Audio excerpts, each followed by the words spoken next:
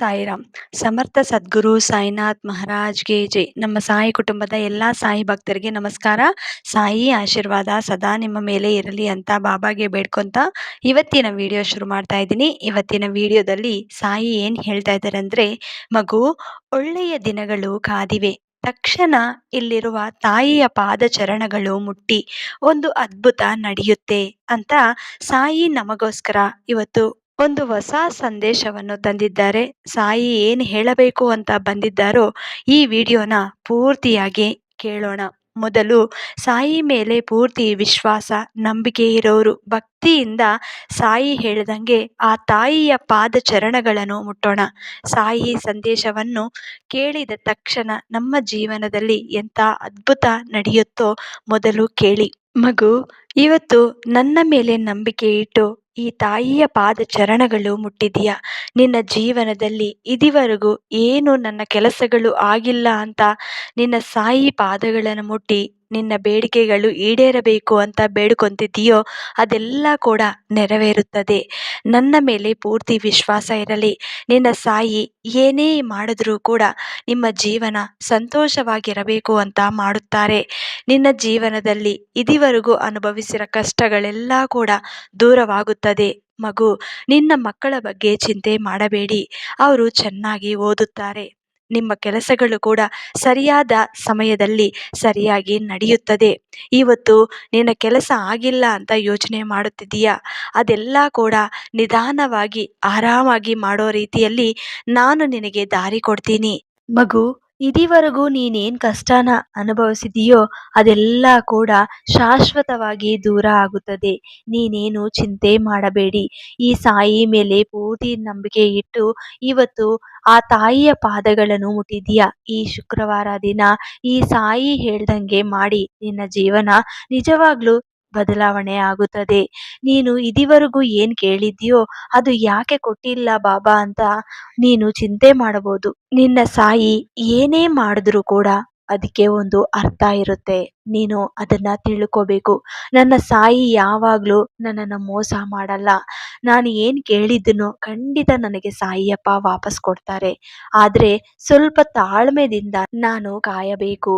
ನಾನೇನೇ ತಪ್ಪು ಮಾಡಿದ್ರು ಖಂಡಿತ ಸಾಯಿಯಪ್ಪ ಕ್ಷಮಿಸುತ್ತಾರೆ.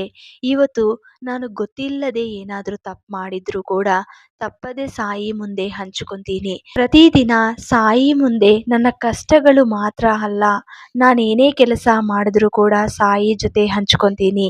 ಈ ರೀತಿ ನನ್ನ ಮಕ್ಕಳು ಎಲ್ಲರೂ ಕೂಡ ನನ್ನ ಜೊತೆ ಹಂಚ್ಕೊಂಡ್ರೆ ಖಂಡಿತ ಅವರ ಜೀವನ ಸಾರ್ಥಕವಾಗುತ್ತದೆ. ಮಗು, ಮುಂದಿನ ಕಾಲದಲ್ಲಿ ನಿನಗೆ ಅದೃಷ್ಟ ಆರಂಭವಾಗ್ತಾ ಇದೆ. ನೀನು ಅದನ್ನ ನೋಡಿ ತುಂಬ ಸಂತೋಷ ಪಡ್ತೀಯ. ಇವತ್ತು ಸಾಯಿಯಪ್ಪ ಹೇಳ್ತಾ ಇರೋ ಮಾತು ನಿನಗೆ ಸುಳ್ಳು ಅಂತ ಅನಿಸ್ಬೋದು. ಆದರೆ ಸಾಯಿಯಪ್ಪ ಏನೇ ಹೇಳಿದ್ರು ನಿನ್ನ ಭವಿಷ್ಯ ಚೆನ್ನಾಗಿರುತ್ತೆ ಅಂತ ಹೇಳ್ತಾರೆ. ಇವತ್ತು ಒಂದು ಸಮಸ್ಯೆ ಬಂದರೆ ಅದನ್ನು ಯಾವ ರೀತಿ ಪರಿಷ್ಕರಿಸ್ಕೋಬೇಕು ನಿನಗೆ ಗೊತ್ತಾಗಲ್ಲ. ಆ ಸಮಯದಲ್ಲಿ ಈ ಬಾಬಾ ಅಪ್ಪನ ಕೇಳಿ. ಬಾಬಾ ಖಂಡಿತ ನಿನಗೆ ಸಮಾಧಾನ ಕೊಡ್ತಾರೆ. ಸಾಯಿಯಪ್ಪ, ನನ್ನ ಮಕ್ಕಳು ಚೆನ್ನಾಗಿ ಓದಬೇಕು, ಯಾವಾಗಲೂ ಸಂತೋಷವಾಗಿರಬೇಕು, ಆರೋಗ್ಯ ಕೊಡಪ್ಪ ಅಂತ ನನ್ನ ಮಕ್ಕಳು ಕೇಳ್ತಾ ಇದ್ದಾರೆ. ಮಗು, ನಿನ್ನ ಕುಟುಂಬಿಗರ ಜೊತೆ ನೀನು ಸಂತೋಷವಾಗಿ ಇರ್ತೀಯ. ನಿನ್ನ ಮಕ್ಕಳು ಚೆನ್ನಾಗಿ ಓದುತ್ತಾರೆ, ಆರೋಗ್ಯವಾಗಿ ಇರ್ತಾರೆ, ನಿನ್ನ ಮಾತು ಕೇಳ್ತಾರೆ. ನನ್ನ ತಾಯಿ ಯಾವಾಗಲೂ ಚೆನ್ನಾಗಿರಬೇಕು ಅಂತ ನಿನ್ನನ್ನು ಯಾವಾಗಲೂ ಸಂತೋಷವಾಗಿ ನೋಡ್ಕೊತಾರೆ. ಇವತ್ತು ನಿನಗೆ ಕಷ್ಟ ಕೊಟ್ಟು ಅವರು ಯಾರೂ ಇಲ್ಲ. ಆದರೆ ಸಮಸ್ಯೆ ಬರ್ತಾ ಇರೋದು ಬೇರೆ ಕಡೆಯಿಂದ, ಅಂದ್ರೆ ಆಚೆ ಕಡೆಯಿಂದ ಸಮಸ್ಯೆ ಅನ್ನೋದು ನಿನ್ನ ಮನೆಗೆ ಬರ್ತಾ ಇದೆ. ಅದನ್ನ ಸ್ವಲ್ಪ ನೋಡ್ಕೊಳ್ಳಿ. ಮಗು, ಅತಿ ಬೇಗ ಯಾರನ್ನು ನಂಬಬೇಡಿ. ಯಾಕಂದ್ರೆ ಯಾರು ಯಾವ ರೀತಿ ಇರ್ತಾರೋ ಗೊತ್ತಾಗಲ್ಲ.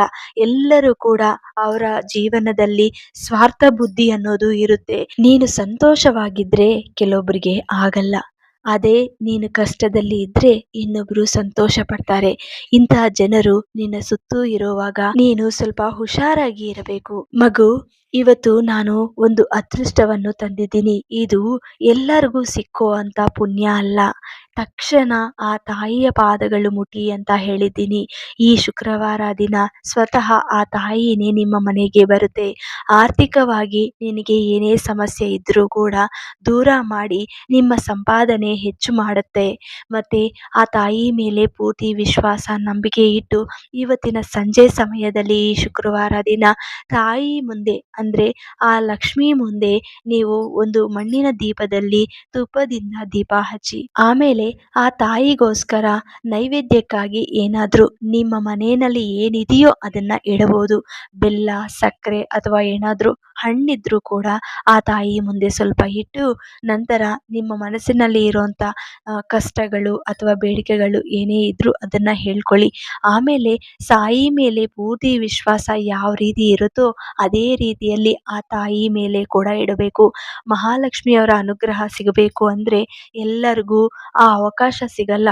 ಅದು ಅದೃಷ್ಟಕ್ಕೆ ಬರೋ ಅಂಥದ್ದು. ಆ ಪುಣ್ಯ ಎಲ್ಲರಿಗೂ ಸಿಗೋ ಅಂಥದ್ದಲ್ಲ. ಮತ್ತು ಇವತ್ತು ಸಾಯಿಯಪ್ಪ ನಿಮ್ಮೆಲ್ಲರಿಗೋಸ್ಕರ ಇಂಥ ಅವಕಾಶವನ್ನು, ಇಂಥ ಅದೃಷ್ಟವನ್ನು ತಂದಿದ್ದಾರೆ. ಯಾರು ಮಿಸ್ ಮಾಡ್ಕೊತಾರೆ? ಸಾಯಿ ಮೇಲೆ ನಂಬಿಕೆ ಇರೋರೆಲ್ಲರೂ ಕೂಡ ಇವತ್ತಿನ ದಿನ ಪ್ರಯತ್ನಿಸುತ್ತಾರೆ.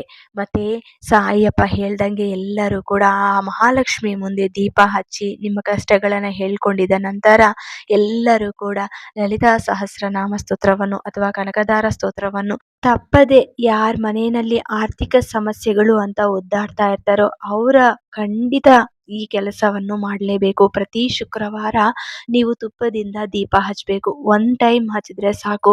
ಸಾಯಂಕಾಲ ಸಮಯದಲ್ಲಿ ಹಚ್ಚಿದ್ರೂ ಪರವಾಗಿಲ್ಲ ಅಥವಾ ಬೆಳಗಿನ ಜಾವ ಹಚ್ಚಿದ್ರೂ ಪರವಾಗಿಲ್ಲ.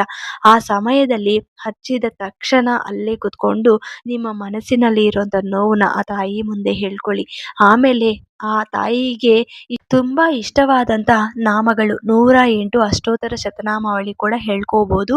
ಇಲ್ಲ ಅಂದರೆ ಕನಕದಾರ ಸ್ತೋತ್ರವನ್ನು ಪಾರಾಯಣ ಮಾಡಿ. ತುಂಬ ಪವರ್ಫುಲ್. ಯಾಕಂದರೆ ಯಾರ ಮನೆಯಲ್ಲಿ ಹಣದ ಸಮಸ್ಯೆ ಇರುತ್ತೋ ಅವರು ಪ್ರತಿ ಶುಕ್ರವಾರ ಇದನ್ನು ಪಾರಾಯಣೆ ಮಾಡುತ್ತಾ ದೀಪ ಹಚ್ಚಿ ಇದನ್ನು ನಿತ್ಯವಾಗಿ ನಿಮ್ಮ ಮನೆಯಲ್ಲಿ ಕಂಟಿನ್ಯೂ ಮಾಡಿದ್ರೆ ನೀವು ನಿಧಾನವಾಗಿ ತಾಳ್ಮೆಯಿಂದ ಇದನ್ನು ಪ್ರಯತ್ನಿಸುತ್ತಾ ಇರಿ.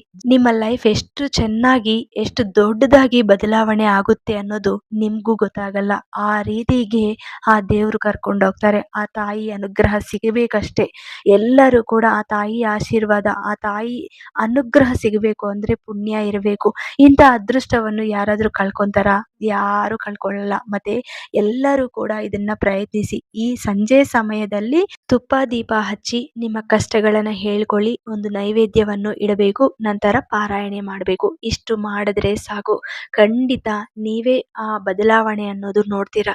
ಎಲ್ಲರೂ ಈ ಚಿಕ್ಕ ಪ್ರಯತ್ನವನ್ನು ಮಾಡಿ ನೋಡಿ. ಅಷ್ಟು ಅದೃಷ್ಟ ಯಾರಿಗಿದೆ ಅನ್ನೋದು ನನಗೆ ಒಂದು ಕಮೆಂಟ್ ಮಾಡಿ. ಎಲ್ಲರೂ ಕೂಡ ಶ್ರದ್ಧಾ ಸಬೂರಿ ಅಂತ ಕಮೆಂಟ್ ಮಾಡಿಬಿಟ್ಟು ನಮ್ಮ ಸಾಯಿ ಫ್ಯಾಮಿಲೀಸ್ಗೆ ಎಲ್ಲರಿಗೂ ಶೇರ್ ಮಾಡಿ, ಲೈಕ್ ಮಾಡಿ. ಹೊಸದಾಗಿ ನಮ್ಮ ಚಾನಲ್ನ ಯಾರಾದರೂ ನೋಡ್ತಾ ಇದ್ದರೆ ದಯವಿಟ್ಟು ಸಬ್ಸ್ಕ್ರೈಬ್ ಮಾಡಿಕೊಂಡು ಸಪೋರ್ಟ್ ಮಾಡಿ. ಮತ್ತೆ ಇನ್ನೊಂದು ವಿಡಿಯೋದಲ್ಲಿ ಭೇಟಿ ಆಗ್ತೀನಿ. ಅಲ್ಲಿವರೆಗೂ ನಮಸ್ಕಾರ. ಸರ್ವೇ ಜನ ಸುಖಿನೋ ಭವಂತು. ಜೈ ಸಾಯಿರಾಮ್.